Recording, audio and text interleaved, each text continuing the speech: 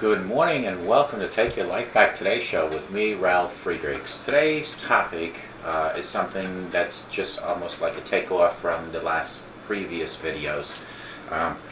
Today we're going to talk about the top 10 things to do to create a sustainable recovery from substance abuse. It's to continue and in your recovery, and some of the tips that we can give you here on the Take Your Life Back Today show. I want to give a shout out to Larry Geis from the Geis Academy. You can Google him at www.odysseyconsultant.org. That's www.odysseyconsultant.org. That's Larry Geis from the Geis Academy. Call him at 516-485-2741 and tell him you heard about him on the Take Your Life Back Today show with me, Ralf Friedrichs. Larry Geis is a recovery coach, a life coach. He will help you from your addiction to your recovery hand in hand, and he will work on today and tomorrow. That's Larry Geis from the Geis Academy, 516-485-2741. GlobalEyeglasses.com. They are focused on saving you money. Folks, you need your glasses. Everybody just about in the United States at a certain time in their life will have to wear glasses. And everybody that does not know about GlobalEyeglasses.com spends a lot of money for eyeglasses, no matter where you are in this country. Well, folks, here is the solution. Go to www.globaleyeglasses.com, where you can save so much money on glasses compared to even Walmart or Costco or Sam's. Folks, they have frames that go as low as $6. And those frames, they include standard, non-coated, regular prescription, single vision plastic lenses. Now, if you need progressives, they have them. If you need line bifocals, they have them. If you want transition to photo grays, they have them. If you want polarized lenses, they have them. If you want to make your lenses thinner because your prescription is thick, they can do it. They can add anti-reflecting coating for night driving, UV coating, coatings galore.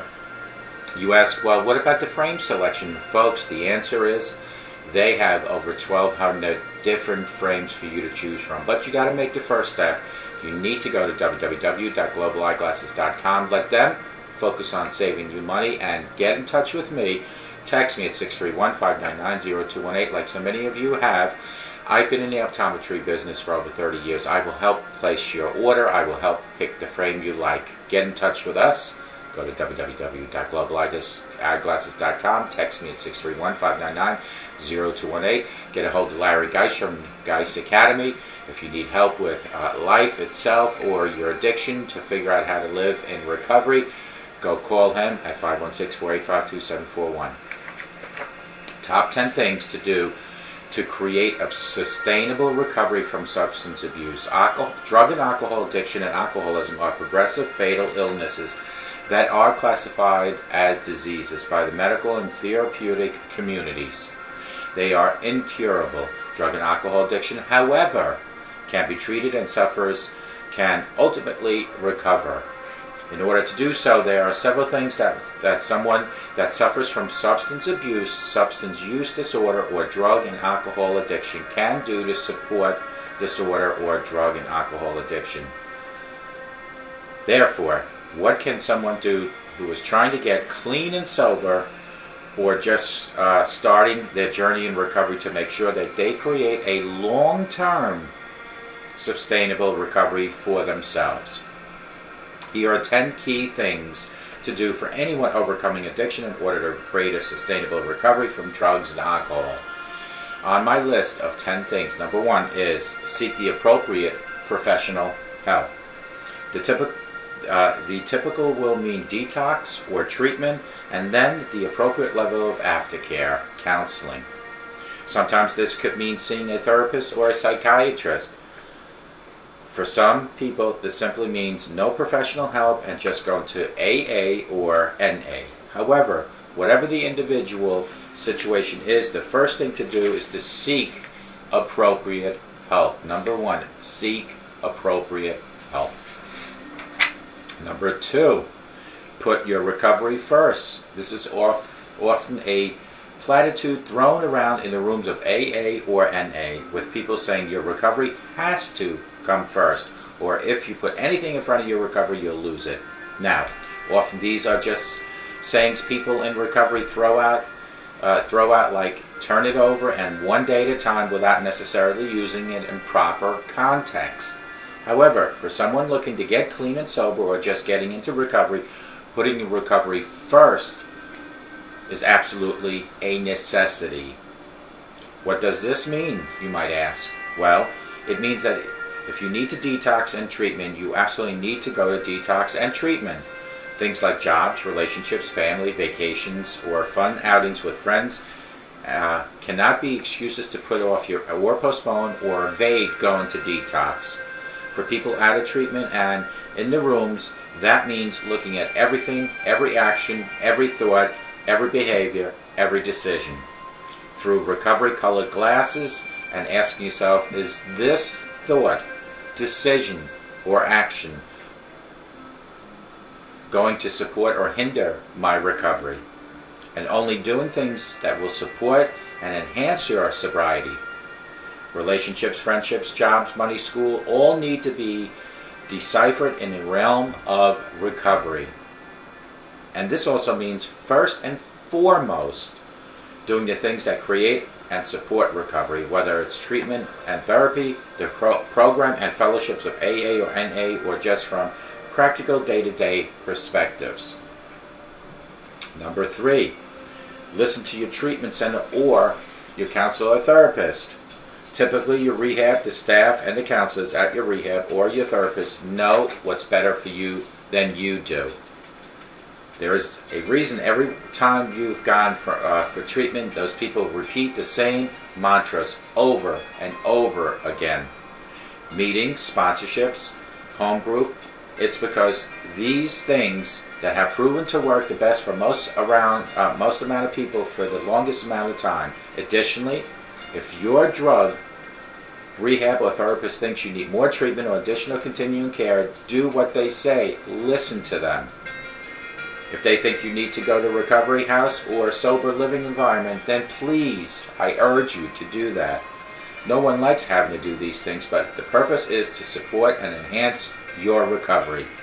These places and people know better, so listen to them and listen to what they have to say and follow their directions to the T. Number 4, getting involved in recovery fellowship. For people with substance abuse issues, this means AA or NA or some similar 12-step fellowship.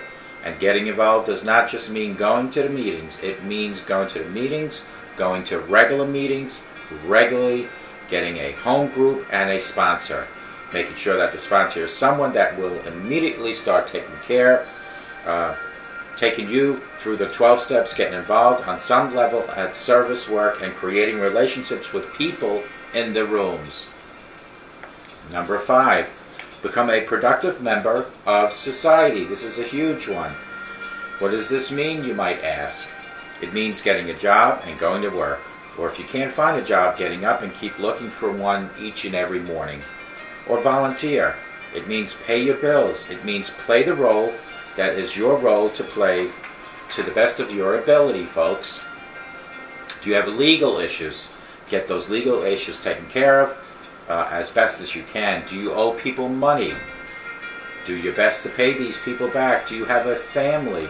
Then go be a father or a mother or a husband or a wife or a sister or a brother to that family.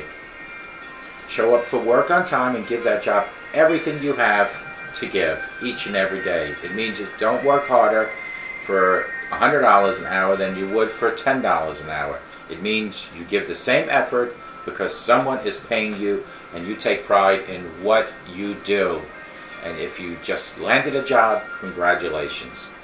Number 6, take time to examine your surroundings and make changes if and when necessary.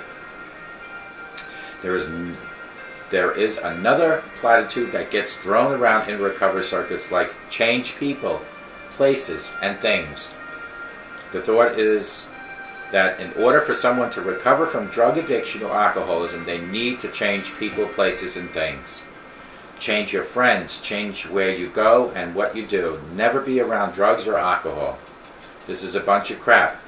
Every situation is individualized and everyone is different. But at the bottom line is that a crackhead can get clean and sober in a crack house. Yes, sometimes things like people, places, and things need to change, but that is not always the case. Do not suddenly drop all your friends because they drink. How selfish of you to even do that. Do not tell your parents they're not allowed to drink around you. In recovery, we do not expect others to change their behaviors on our account. What needs to be done is to take an honest assessment of your situation and surroundings. Just moving away from Baltimore to Hawaii won't get you clean and sober. It is never the outside circumstances that need to be changed, but rather the inside perspective of you, the addict. So, self-observation and discussion with others in recovery is important. Does your current living situation support or discourage you in your recovery? If it supports it, then stay there. If not, then maybe change is in order. Do your current friends support or discourage your recovery? Does your current job support or discourage your recovery? Does your relationship support or discourage your recovery? Every aspect needs to be honestly examined. Every question I just asked needs to be honestly answered. Number 7 on our list, find healthy hobbies or creative outlets. You spend a lot of time drinking and getting high. I should say you spent, because hopefully you're not doing it anymore. You spent a lot of time drinking and getting high.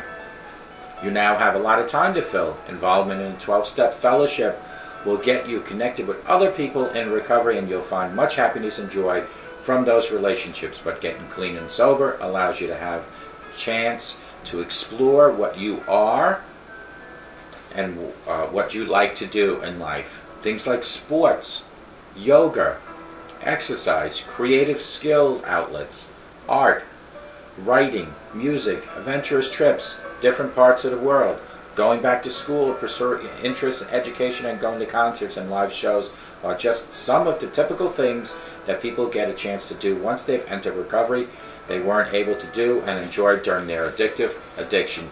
You can even do create a show like I did, the Take Your Life Back Today show, which by all means has been a very busy schedule for me. I am up to 587 videos. That's a lot of effort and a lot of time put into these. Number 8, cultivate a health, mind, body, spirit, and lifestyle.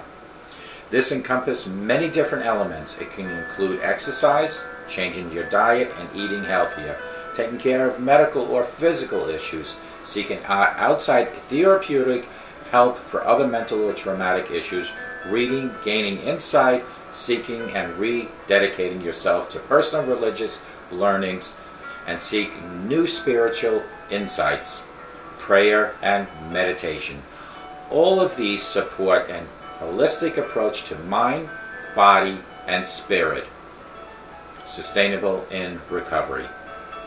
Number 9, and this is my biggest one on my list, be transparent. One of the biggest barriers to getting clean and sober is the internal self-centeredness of drug addicts and alcoholics. Addicts and alcoholics are forever concerned with what others think of them. Do they measure up? Do other people like them, and are they loved and accepted by other people? Additionally, emotions and feelings such as fear, self-doubt, sadness, depression, anger, and sometimes even happiness are never shared for fear of how others will see them or think of them. This type of thing must be abandoned in recovery. Complete, and I repeat, complete honesty and transparency with others is key to sustainable recovery, because it is the key to personal and spiritual growth. Share all of your fears, your insecurities, and your self-doubt. Share them with others in recovery, because those people have the same issues or have had them in the past. It is through this type of absolute transparency with others that addicts and alcoholics can learn to be okay with who they are, learn who they are, and embrace themselves for both their strengths and weaknesses. Hiding these feelings and thoughts from others in recovery is a sure sign of unhappiness, and therefore ultimately in um, uh, or can lead to relapses. Folks, people always say to me, is how can you be so transparent? Because it becomes easy. Because you got to remember, when you're addicted to drugs and alcohol, what is one of the biggest things that you fear? Is other people finding out. On the other hand, I turn that around, and what is the biggest joy that I now have in recovery? It's the joy of other people knowing that I am in recovery. Last but not least is a thing called Rule 62. In AA, there is a story about a member in the 1940s who attempted to promote AA by creating 3 separate corporations. This was outlined in 61 rules to create the operations and get them operating. Although this behavior and plan went against the 12 traditions of Alcohol Anonymous, the man was informed by Bill Wilson every AA group is autonomous, and thus the man's group had the right to go on with the plan as they saw fit. When they did, and it ultimately had disastrous results, the man wrote to the New York office of AA that indeed you were right and I was wrong. Enclosed with the letter was a golf scorecard, and on it was written Rule 62. Don't take yourself too damn seriously. This rule applies to those entering recovery as well. Life can be difficult, and I grant you that. Bad things can and probably will happen to you in life.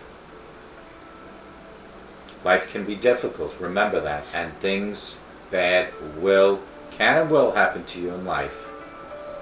Addiction and alcoholism is a sad, painful, lonely road to walk. When you enter recovery, understand you have been given the chance to live 2 lives in 1 lifetime. Learn to enjoy life, have fun, find passion, take risks, and create new experiences. But above all, don't take yourself too damn seriously.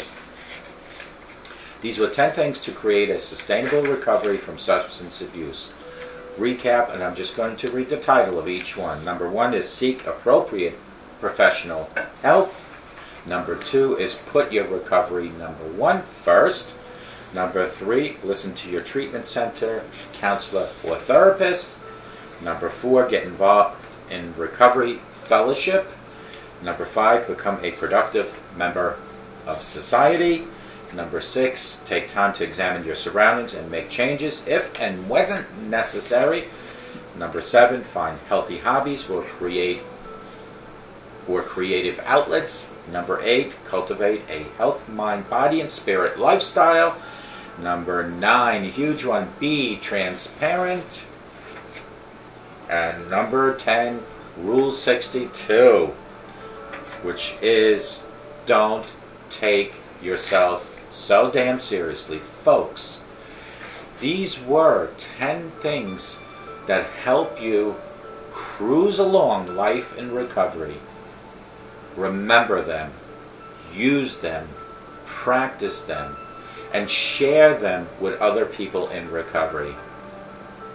Remember that if you start today, the first day maybe in your recovery, that by staying sober for the next 24 hours, or 3 shifts of 8 hours, or 24 shifts of 1 hour, the next 24 hours of sobriety guarantee you a start of a new day being sober. Then do that again, that pattern, over and over and over. Eventually it's a month of sobriety, a half a year, or a couple years. Don't just sit back and idle in your sober life. Be active in your sober life. Go out and be productive in society. Go out and share fellowship with other people, but don't alienate your friends that might drink, or your family that might drink, because they are going to do what they are going to do in life. Your job is not to judge anyone but yourself. Remember, you're the person in recovery. You're the person that chose recovery. And if you ever start doubting yourself or other people, seek the Lord Jesus for guidance and direction. And start at home teaching your children not to drink, not to smoke or use profanity. And the best way I can probably ask you to do that is to lead by example. Look at it in this way. When you're on your job and your manager constantly tells you to sweep the floor, sweep the floor, sweep the floor, and you just sit, him sitting at the desk all the time reading a newspaper, eventually you will try to sit at a desk reading the newspaper all day. But if your manager asks you to sweep the floor and you watch him sweeping the floor, that is leading by example. Don't drink as the parent. Don't smoke as the parent. Don't use profanity as the parent or grandparent. And I can almost guarantee you, your children will do the same. I mean, it's not 100% guaranteed, because when they go to the outside, they probably will experiment. But know this, by you leading by example, you have given all your efforts on creating a youngster that will not hopefully go to smoking, drinking, or using profanity. Your job has been completed by the Lord Jesus, who has designated you as the mother, the father, the grandparent, to raise your children or grandchildren properly. And if you start thinking positive thoughts, you will get positive results. Let the sunshine into your heart and into your home daily, and you will see, like flowers getting sunshine outside, that your children will grow and learn from you.